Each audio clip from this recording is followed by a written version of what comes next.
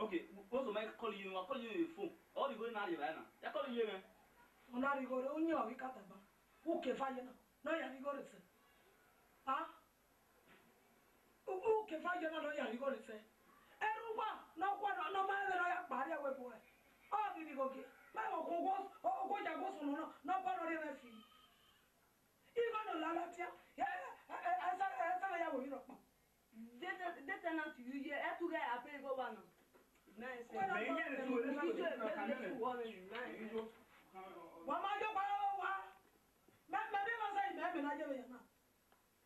so, yes. Oh, my God, what you want? What collaborate?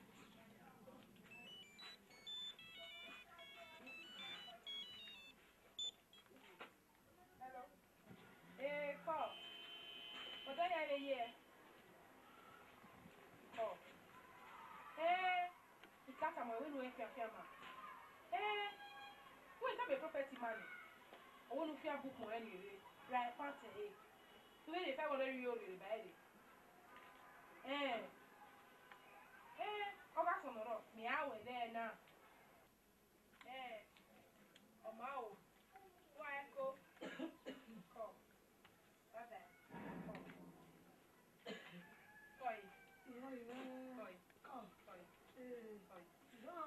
Come. So I guess you got everybody. The man that is sponsor with him. Sorry. Oh, one energy. Oh, you know, you get out of here. Oh, tell us that I call him. Na gi gwa je na ni. Eriko. Era no ma no ya pagari we boy. Oriko. Ah? Debona. What e pe yo e? Akwa. Ije. Akwa megbe. Iri e we na te ji ba lo do e property ma. So come we meet yare run afa. We yare run afa. We wo wo. E bi kere ni e bo pa jaji. So come we meet yare run afa. We yare run afa ba. En u mo so he mo wo. What for you? What for you? Then so for you. Yare le bo to. For you. Erhuanvan.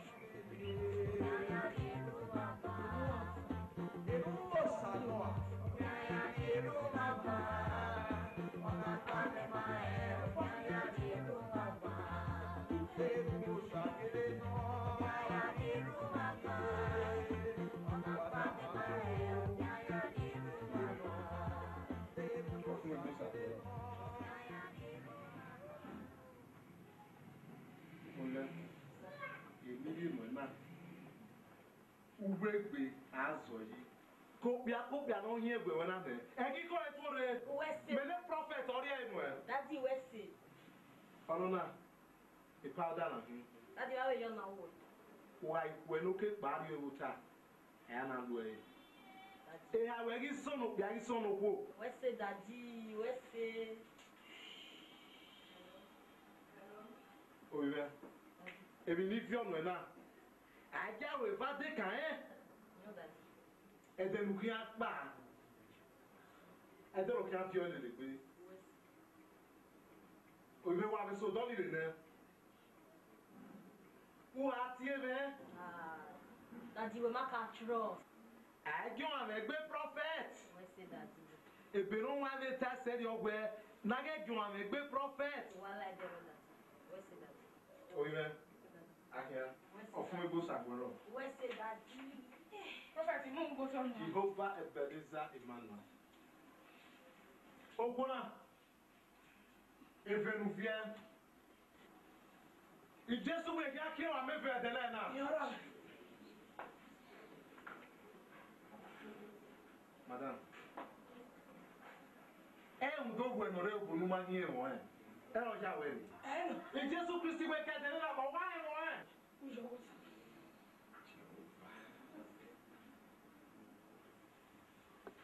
nínú sànúdásí kí é Jésù Kristi adé n'odogwu yohorima eriome gime ní prọfẹtì adé nínú mi wá fa wọlọgọ máa kọlọ wà rírí ajé ní kándò náà wọ́n á sọ wá ugwu yóò fi gbọ̀n yà bíọ́n efotọ́ wọ́n wẹ̀ gbọ́ wá ugwu ru ẹ wọ́n lè fotọ́ wọ́n wẹ̀ dà yìí lẹ́dẹ́gbẹ̀ẹ́. Who get the big candle? Many prophets or the anyway. Or banner the way. Yeah, we better get a banner or banner better. Who got where the night bear? Why am I going? What's it? Jehovah. What's it? Right say daddy. Madam, Akia. Hey. Prophet West Sea. What's Who it? got one there? Who will it be at this? Need to come out and not give a sort of What's it? West Sea. Careful. Jehovah Ebenezer Emmanuel. Akia.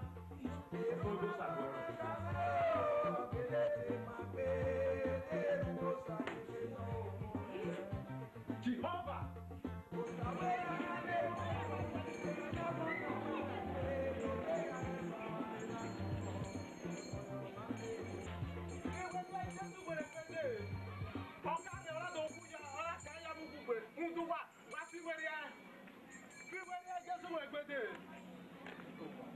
Jehovah Ebenezer Emmanuel. What see where they are? See where they are just where they are. Okay, Anna Kayabu. Don't walk wow. Anna Kayabu. Ọ̀rẹ́ kàdérí ọ̀rẹ́ kàsẹ́rí ọ̀gbẹ́ yìí káwé gbére. Wá sí orí ẹ. Wá jí Jésù yìí. Wà hán. Wá sí orí ẹ. Jehovah ọmọ náírà àrọ̀wà.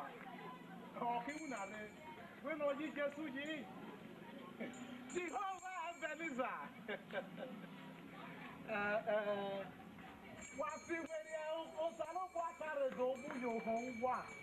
Wafi where wa yo sayi. Jehovah Ebenezer Emmanuel. Jehovah Ebenezer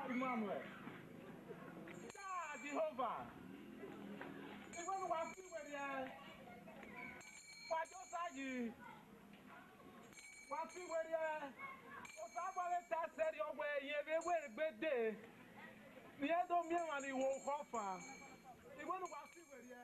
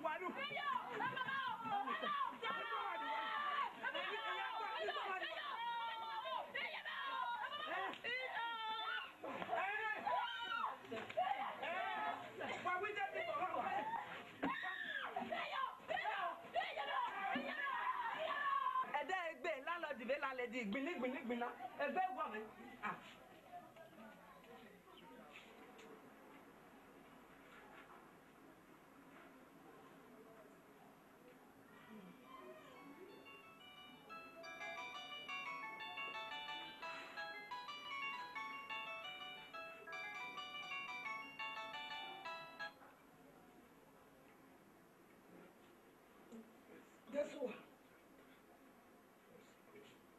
I'm not usual. Call you. I said church in there. A church was, you know. I'm a prophet. Hello. Of my boss are well. I've one minute.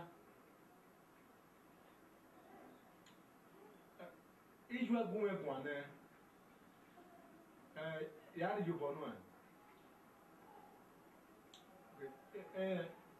In your work were 500 euro. Omakpologbe. Oma. Okay. Of my boss are well. Okay, ni muni joy. Okay.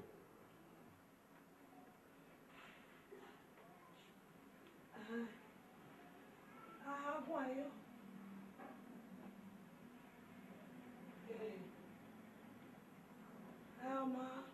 You got boyfriend? Call me, man.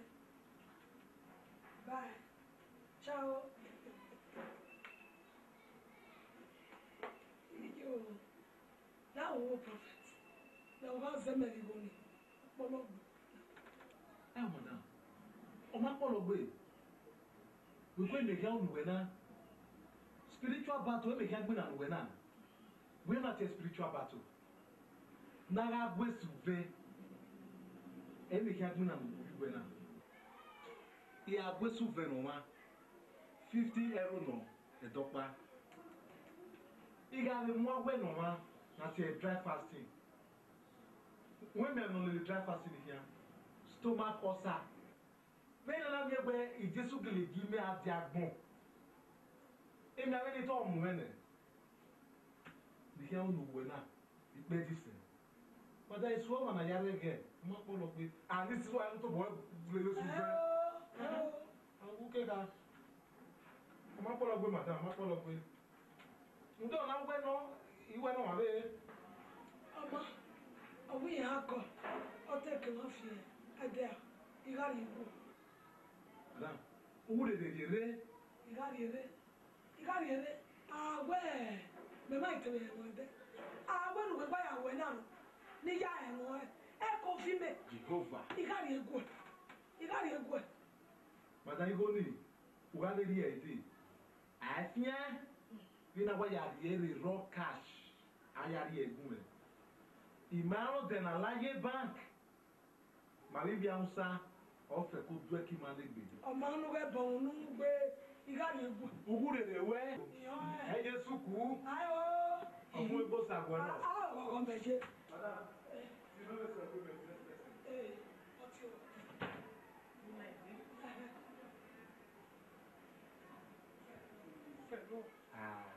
It's Sophie. Then the working here. Yo, we work. That's my work. What you say? Okay.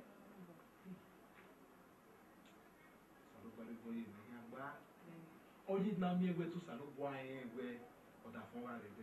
Or say no one up with you. Oh, what that for our day. Also, no one with it. Even no seminar.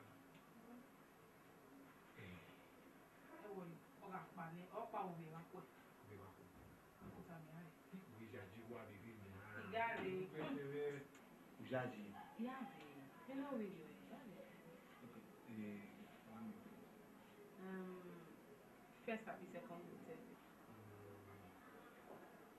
First one, you must say. It is my wife, you said, to one. Meanwhile, I don't give away how you're going. The man will be so to teach a woman. Prophet. Yes, you know what I will do. We pay the prophet making. Prophet, that's the answer. Hey, prophet. You will not say, we now. Okay, never mind. You will not say,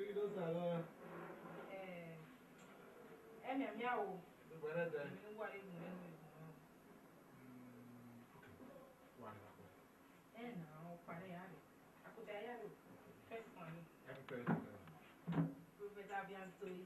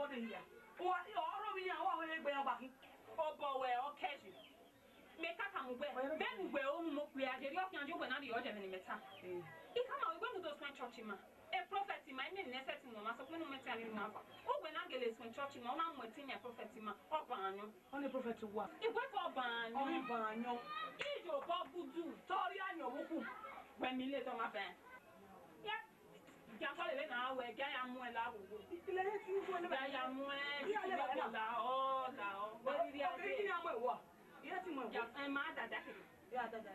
Ele bobo, pero de não vai. Ya la mue. Ya.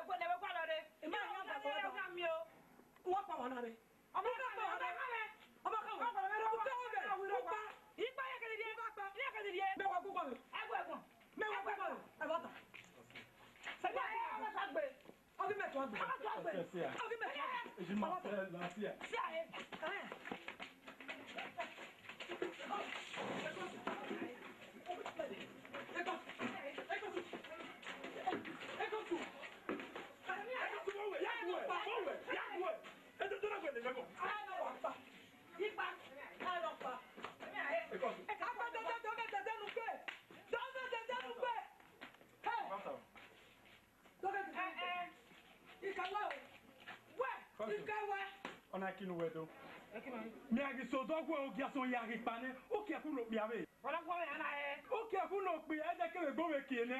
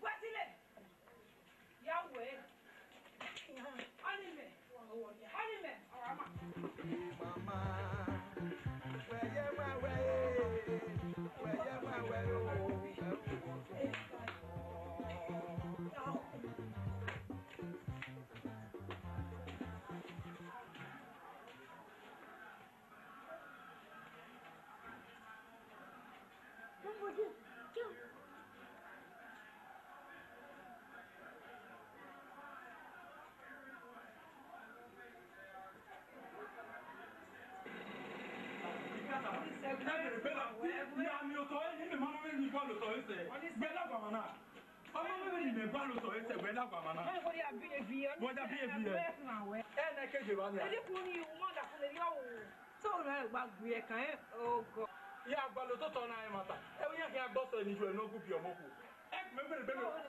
Who did it? Yeah, they will. I remember you.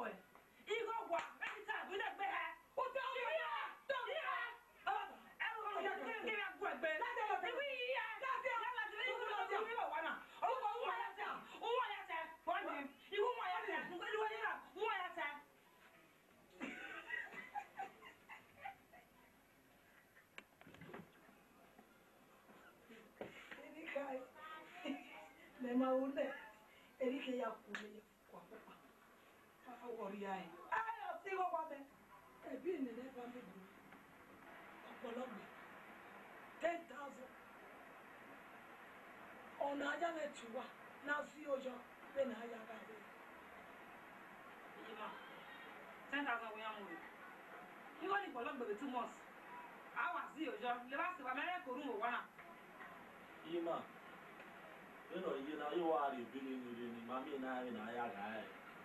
And what? I don't care. I think I'll be a big one. Then, I was on a good one.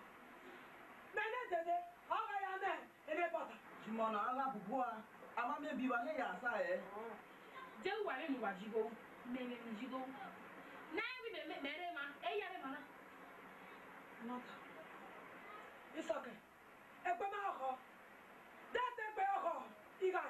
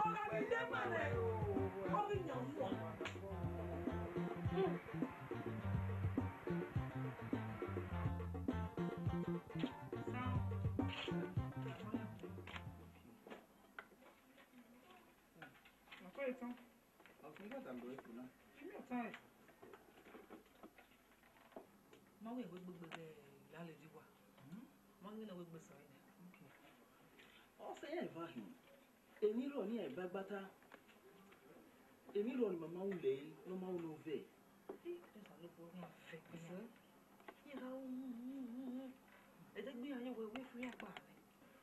We are in a jelly soon.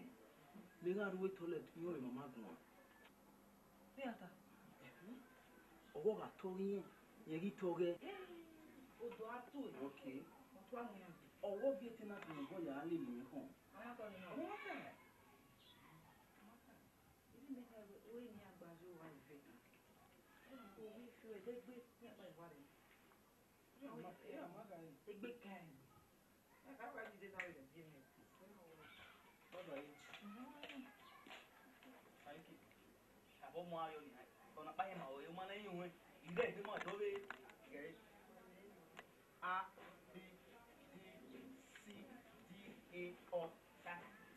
What's your name? ABDAC. ABDA. Your coffee, your coffee. Oh, well. Get more, no. A, B, C, I, Z, K. Elise Kayataba. ABDAFG. Oh, me, I said in my way. Me, on I saw everyone of what is. No, you are fear. The man you want my. One more. Yahweh at my king, but not quite you, and then I'm not ready to have a quite.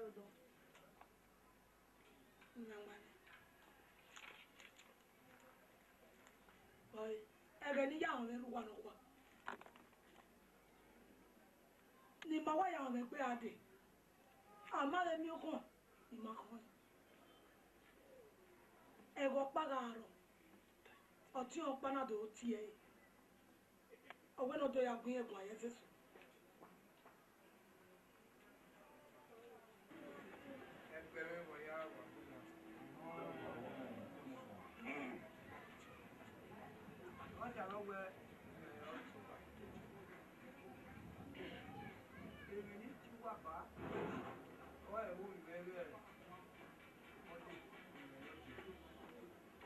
Me my woo. Obi me ga kune. The matter. Ena we lu wa dogun me no e. Emi no ya ka. Awo no ge me emi na ko me o. Emi no ya ka o. E ti wa ba. Ba gbe wo bi wala. Bi ma de o. Monday. Monday. Sa. Olugba ti we. Igba ti we. Digwe wa nu mago. Monday digwe. Yo. Ye digwe. Monday se fi an ku mago imuja. Gani madi. Emi egbe na ya fefe fe o wa gba da. E ma tanu. If I go there, Maurice, work it to say, and your book here, and then wait. Who you pay your head in Manuel?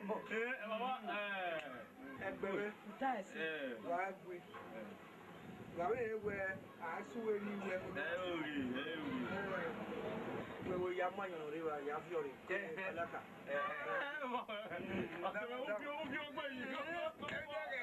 Yo, ni que bebe.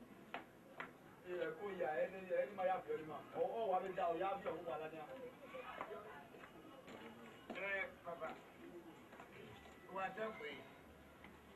Ẹ yà mí ẹ̀ ní ẹ̀wẹ̀ wọ́n bókin á. Bókin á ló sọ ní. Yàrá wẹ̀, wọ́n di. Papa, àwẹ̀ nana mi wẹ̀. Wọ́n wọ kiri.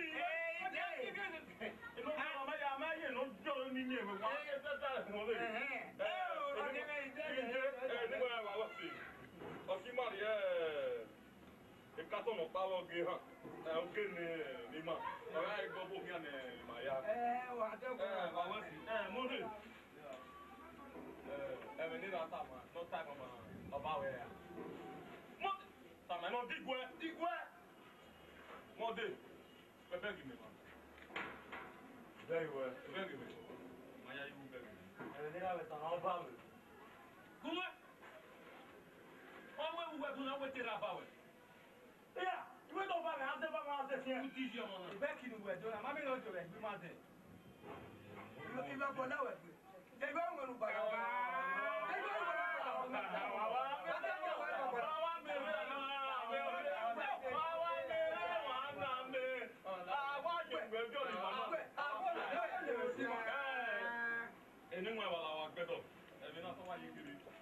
Papa. Awe na na mi we wo koko me ye ka we sa do ju ya be mo na. Eh mo ko. E yo ko. Baba la o. Me wa so yi o. Na wa gba si we ba. Na gbe ma sa. La de. Na gbe me. Mo bi. Wa gba si le ko si.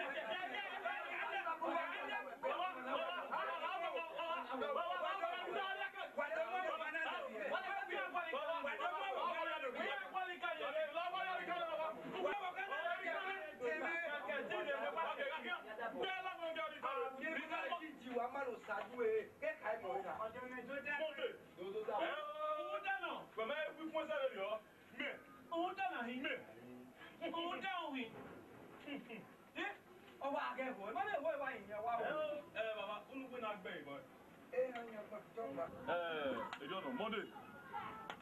Akpinu bia bolo wa me. Ki ewu we. Agbi masa. Ba me. Monday. Gbada ki me wa. Iwe u ki mo mo. Monday. Ya ku sa je. Ya ku mo. Wa mo. Ba ki ya. Ya ku sa je.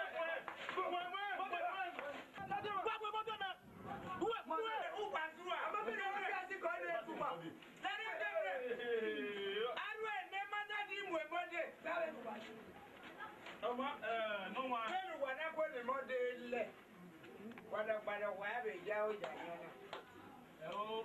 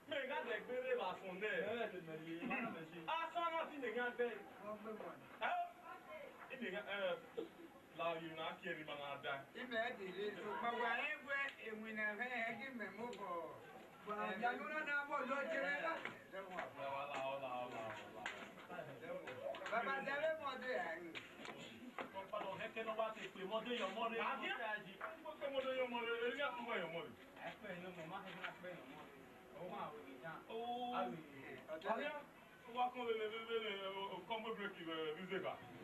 Ma ya mo na wo ni mo na yi. Na bi o da. Na bi o baba ira. Ya bi na. Yo na. Na ni ko ni pe re. Ya bi na de baba. Yo na.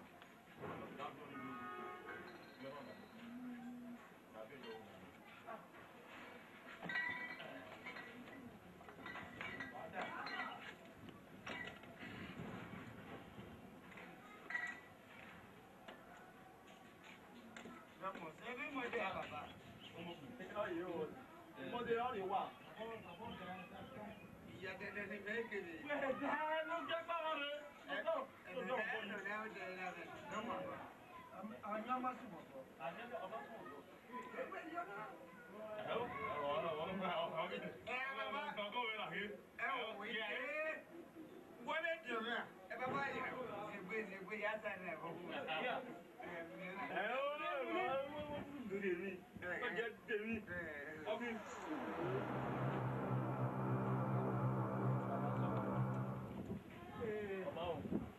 Ọmọ láwọn wàhù lọ ìgbẹ́jọ mẹ́rin mọ́ ọmọ mọ́tò Wọ́n inú ikú mẹ́. ẹni àti ìwé wáyà ọ́ ní ọ̀sẹ̀ ìlú mọ́ lálẹ́. Ìmọ̀ ẹ̀gbẹ́ náà yìí ábíọ̀ yìí. Ọ̀rẹ́ ẹgbẹ́ náà ní ẹgbẹ́ náà. Bẹ̀rù orílẹ̀ máa náà ṣe àìjà. Àárín ilé ọ̀rọ̀. Ẹ̀ẹ́dẹ̀kẹ̀wé náà yé wa. Wáyà ẹ̀jẹ̀ ìlú mọ́ lálẹ́. Òpó kèrè inú máa ń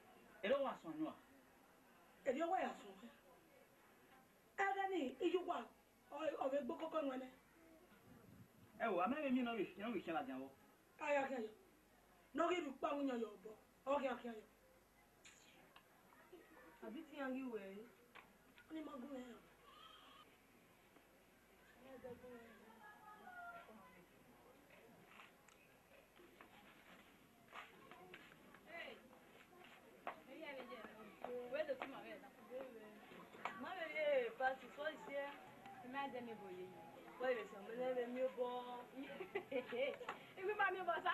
A be jogo boyo a. Jogo boyo. Ko e ko mi bele. E pa ma se mi abu. Amo.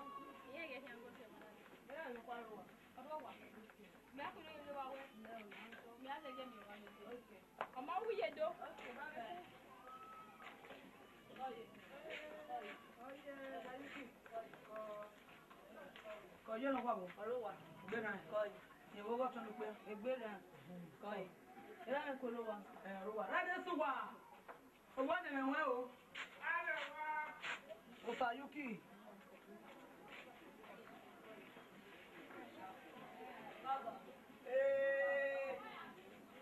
Òsàyúkì ló mọ̀. Olóògbé owó wẹ̀rẹ̀ sínà.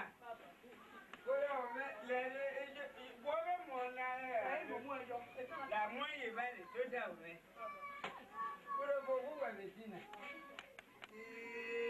Wà á gbọ́dọ̀ kí àrẹ̀ sí ọ̀gbìn ẹ̀dá. Iye wọn fún òrè ọ̀wé ní tọ́mọ ọ̀wé ní wẹ́wẹ́ tó. Ọ̀wé ní tọ́mọ wẹ́wẹ́ ní wẹ́ẹ́ gbé òwúyẹ̀ mẹ́rẹ́ tí é tẹ wíyàn án tẹ̀lé rẹ̀ kí n wẹ̀. Ọ̀wẹ́sì. Bíjú ẹ̀wẹ́sì. Ọ̀gá àgbẹ̀ ẹ̀yìn ẹni gbogbo lálẹ́dì. Bíjú àgbẹ̀ ẹ̀yìn ẹni gbogbo lálẹ́dì ju ẹnu kwani. Ọ̀mẹ́rẹ́ ní gògì ẹ̀sẹ̀ ọ̀gbẹ́ni rẹ̀ àgbẹ̀ kì mọ́ sí. Ọmọ ẹ̀rẹ́ ti wà dẹ́. Bẹ́ẹ̀ni ya ti ẹsẹ̀. Alice. Ọmọ ọ̀gá ẹ̀ ọmọ àgbẹ̀ ẹ̀yìn mẹ́nu mọ́ pé Alice bí Adéṣu wà náà. Ọmọ àgbẹ̀ ẹ̀yìn mẹ́nu mọ́ pé Alice bí Adéṣu wà náà.